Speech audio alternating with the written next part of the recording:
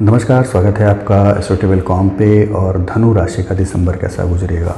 मुख्य रूप से देखा जाए तो कालचक्र की 9वीं राशि है, बृहस्पति की राशि है। बृहस्पति इसका लॉर्ड होता है और धनु राशि वालों के लिए कहा जाता है कि ये स्वभाव से साधु जैसे होते हैं। यदि चंद्रमा इनका अच्छा हुआ और बृहस्पति अच्छा हुआ तो इनसे बड़ा जो है संत और तुरंत त्याग करने वाला कोई दूसरा आदमी नहीं हो सकता। यानी चीज़ों को, बड़ी से बड़ी चीज़ों को तुरंत ये त्याग कर देते हैं। तो इनसे बड़ा जो है संत होना और साधु होना या उस तरह के विचार रखना बाकी अन्य किसी राशियों के लिए संभव नहीं है। तो इन धनु राशि वालों का जो है देखा जाए कि कैसा गुजरेगा दिसंबर महीना। ग्रहों के गोचर उनकी आर्थिक स्थिति कह लें, पारिवारिक स्थिति कह लें, सामाजिक स्थिति कह लें, शारीरिक स्थिति कह लें, इस पर कैसा फोकस डालते हैं या कैसा करने जा रहे हैं। आइए इस पर फोकस डालते हैं और देखते हैं कि धनु राशि का दिसंबर महीना कैसा गुजरेगा। गोचरों की भी बात कर लें तो सूर्य और बुध 15 दिसंबर के बाद इनकी खुद की राशि में रहेंगे, जो कि एक बेहतर कंडीशन है कह सकते हैं। मित्र राशि में रहना सूर्य का एक बेहतर कंडीशन बनाएगा। मंगल जो है ये इनके 12th हाउस में रहेगा, ये थोड़ा इनके लिए अस्वग्रही रहेगा, वृश्चिक राशि में रहेगा। तो कुछ न कुछ अच्छी और कुछ न कुछ थोड़ी ख़राब चीज़ें करेगा यहाँ पे। शनि पराक्रम भाव में रहेगा, अच्छे भाव में है, तीसरे भाव में कुंभ राशि में बहुत ही अच्छी कंडीशन है। बृहस्पति पंचम भाव में, मंगल की राशि मित्र राशि में, ये भी एक अच्छी कंडीशन है। शुक्र जो है वो 11वें भाव में है, तुला राशि में, ये बेहतर कंडीशन है। राहु केतु चतुर्थ और दसम भाव में है। राहु यानी मीन राशि में चतुर्थ भाव में, केतु जो है कन्या राशि में दसम भाव में। इतने गोचर हैं धनु राशि वालों के लिए। तो धनु राशि के लिए एक बेहतर कंडीशन बनी हुई है, अच्छी कंडीशन बनी हुई है।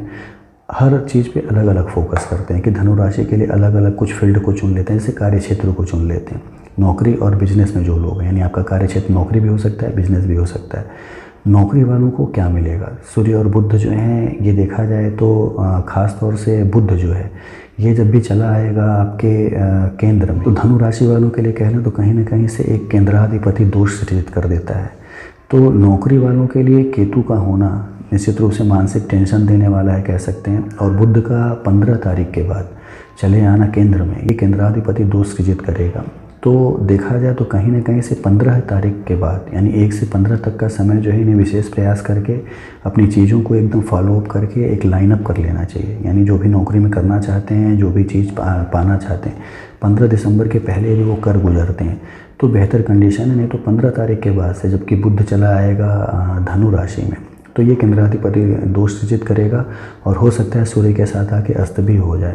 तो कहीं ना कहीं से नौकरी वालों के लिए एक विशेष संभावनाएं लेके आएगा कि थोड़ी समस्या हो। वही चीज़ जो बिजनेस वाले हैं उनके लिए भी है। थोड़ा समय जो है 15 तारीख के बाद इनका धीमा हो जाएगा, मंद हो जाएगा। बुध उसके बाद गोचर करके जब मकर राशि में चला जाएगा तब तो चीज़ें बेहतर हो जाएंगी, लेकिन फिर भी समय जो होगा थोड़ा मंदा रहेगा कह सकते हैं। 15 से लेके और 30 दिसंबर 31 दिसंबर के आसपास का समय। तो नौकरी करने वालों के लिए और बिजनेस करने वालों के लिए ये इस योग को ख़त्म होना बड़ा ज़रूरी है। केंद्राधिपति दोष जो सृजित होगा इसका ख़त्म होना बड़ा ही ज़रूरी है। तो बेहतर कंडीशन मिलेगी। और मान के चलिए कि 15 तक का समय, 1 से 15 तक का समय आपको जितने प्रयास करने हैं, जिस चीज़ को पाने के, जिस चीज़ को करने के आपको प्रयास करने कर डालिए, तो उसके फल जो है अगले 15 दिन आपको बेहतर मिलेंगे। लेकिन आप सोचेंगे कि 15 से और 30 दिसंबर के बीच, 31 दिसंबर के बीच चीज़ों को करें तो थोड़ा उसमें फल आपको मिलने की संभावनाएं कम मिलेंगी। अभी जो करना है 1 से 15 के बीच वो कर डालिए। स्टूडेंट्स के लिए कह रहे हैं कि स्टूडेंट्स के लिए बृहस्पति जो है पंचम में है तो निश्चित रूप से अच्छी सफलता देगी। शुक्र की सप्तम दृष्टि भी इस पर पड़ी हुई है। एक चीज़ है कि शुक्र जब भी पंचम भाव को देखे और शनि की तीसरी दृष्टि भी आप देखेंगे तो पंचम भाव पे, तो ये चीज़ें क्या हैं, ये चीज़ें आदमी को, बृहस्पति जो है पंचम भाव में ही है, ये इतनी चीज़ें मिलके आदमी को कहीं ना कहीं से भटकाती हैं। बृहस्पति जो है मजबूत स्थिति में देखा जाए तो 5वीं दृष्टि उसकी भाग्य भाव पे है तो मजबूत कर रहा है भाग्य को।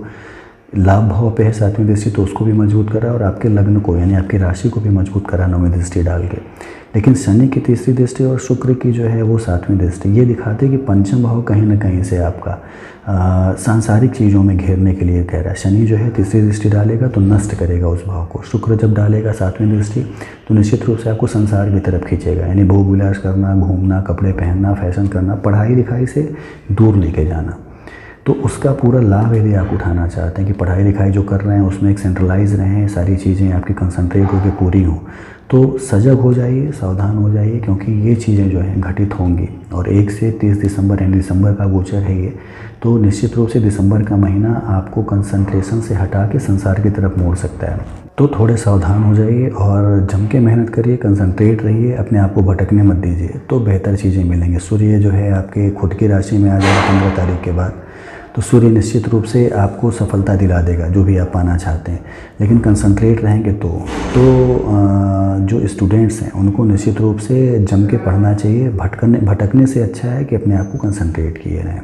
यदि हेल्थ को ले लें कि हेल्थ कैसा रहेगा इनका, तो हेल्थ में बहुत विशेष समस्या नहीं होने जा रही है। सिर्फ एक जो ग्रह यानी मंगल, उसकी देखें तो हमें दृष्टि जो है आपके छठे भाव पे है और मंगल व्यय भाव में है, तो ये कहीं ना कहीं से ब्लड प्रेशर की समस्या दे सकता है। सूर्य का आपकी राशि में आना 15 तारीख के बाद हार्ट से संबंधित समस्या दे सकता है।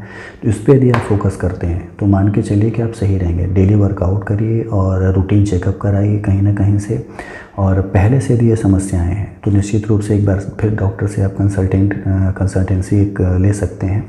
और साथ ही साथ दवाएं यदि आप लेते हैं तो निश्चित रूप से एक बेहतर कंडीशन में लेते रहें, उसे छोड़ें ना, यानी उसमें कोई भी कोताही ना करें, नहीं तो समस्याएं इन सब चीज़ों से संबंधित बढ़ने की संभावनाएं बढ़ जाएंगी। तो ब्लड प्रेशर और हार्ट ऐसी बीमारी है जो कि बहुत ही ज़्यादा क्रिटिकल है कह सकते हैं, और इसमें कोई भी लापरवाही जो है वो भारी पड़ सकती है, मुसीबत बन सकती है। तो निश्चित रूप से खासतौर से 15 तारीख के बाद से बेहतर बने रहने के लिए, स्वस्थ बने रहने के लिए आप जो है फोकस किए रहिए, वर्कआउट करते रहिए डेली रूटीन में, और खान पान पे एक विशेष ध्यान रखते हुए दवाएं यदि आप लेते रहते हैं तो हेल्थ संबंधित बहुत समस्याएं नहीं होने जा रही यहाँ पे। धन आगमन को कह लें कि धन आएगा तो कैसे आएगा। लाभ भाव और आपका जो धन भाव है यानी 11वां भाव और दूसरा भाव, ये दोनों मजबूत बना हुआ है देखा जाए। बृहस्पति की जो 7वीं दृष्टि है, बृहस्पति जहाँ दृष्टि डालता है वहाँ पे ज़्यादा वृद्धि करता है जहाँ पे वो रहता है उसकी तुलना में, तो लाभ आपका बढ़ाने वाला है ये कहीं ना कहीं से। और शनि जो है वो आपका 2nd हाउस का लॉर्ड जो पराक्रम भाव में यहाँ कारक भी माना जाता है, तो कहीं ना कहीं से संभावनाएं आपको बेहतर मिलेंगी कह सकते हैं लाभ कमाने की। चीज़ें वही हैं जो भी मैंने बताया कि लाभ कमाने के लिए आपका 10th हाउस और 7म भाव, तो चूँकि भाई कमाएंगे कहाँ से आप, नौकरी आप करते हो या बिजनेस करते हो, कहीं इन्वेस्टमेंट करते हो, ये सारी चीज़ें हैं। तो जब भी बुध के निकलने का आप वेट करिए, जो भी करना है 1 तारीख से 15 तारीख के बीच करिए। उसके बाद यदि आप करते हैं तो कहीं ना कहीं से केंद्राधिपति दोष से आप पीड़ित होंगे और समस्याएं बढ़ेंगी।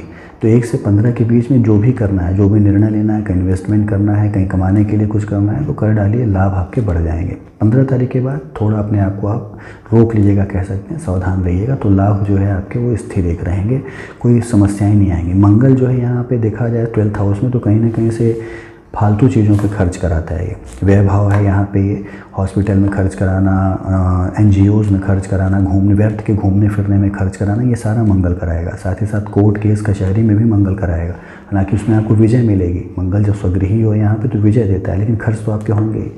तो इन सब चीज़ों पर यदि आप फोकस करते हैं तो लाभ और संपत्ति जो है आपकी वो बनी रहेगी कहीं ना कहीं से, और बेहतर कंडीशन आएगी। तो धनु राशि वालों के लिए देखा जाए तो दिसंबर का पहला जो आधा समय है वो ज़्यादा बेहतर है अगले जो आधे समय से, यानी 15 से 28 दिसंबर के बीच वाले से। तो पहले ही सारी चीज़ें कर डालिए ताकि समस्याएं ना आने पाएँ, और एक जब फाउंडेशन अच्छी पड़ जाती है तो अगला समय जो होता है वो भी अच्छा गुजर जाता है। तो 1 से 15 के बीच सारे निर्णय लेके सारी चीज़ें कर डालिए। फिर 15 से 28 के बीच में थोड़ा पेशेंस के साथ, थोड़ा धैर्य के साथ यदि आप करते हैं तो बेहतर चीज़ें मिलेंगी, सारी चीज़ें एज यूजुअल चलती रहेंगी। हेल्थ पे एक विशेष फोकस करिएगा, क्योंकि मंगल और सूर्य जो है जो बीमारी दे रहे हैं वो थोड़ा ज़्यादा खतरनाक है, घातक है, तो हेल्थ पे एक विशेष फोकस करिएगा। बाकी चीज़ें ना समझ में आए तो नीचे दिए नंबरों पे आप पूछ सकते हैं, आपको बता दिए जाएंगे। पूजा पाठ करना हो तो बृहस्पति को मजबूत करिए। धनु राशि वालों के लिए देखा जाए तो बृहस्पति उनके लग्न का लॉर्ड होता है, यानी शरीर का लॉर्ड होता है। बृहस्पति को जितना मजबूत करेंगे, बृहस्पति की आराधना करिए, विष्णु जी की आराधना करिए, बृहस्पतिवार को विष्णु जी के मंदिर जाइए, फूल चढ़ाइए उन्हें। ये सारी चीज़ें यदि करते हैं आप तो मान के चलिए एक अच्छी संभावना है सफल होने की। तो ये सारी चीज़ें धनु राशि वालों को करना चाहिए, और निश्चित रूप से सफलता के नित नए सोपान वो चढ़ते जाएंगे, कहीं इसमें कोई संशय नहीं है। तो इतनी चीज़ें थी दिसंबर के महीने के लिए धनु राशि वालों के लिए। आप अपने सवाल यदि आपके कोई हों तो नीचे दिए नंबरों पर आप पूछ सकते हैं, समय के साथ आपको उसके उत्तर दे दिए जाएंगे। धन्यवाद।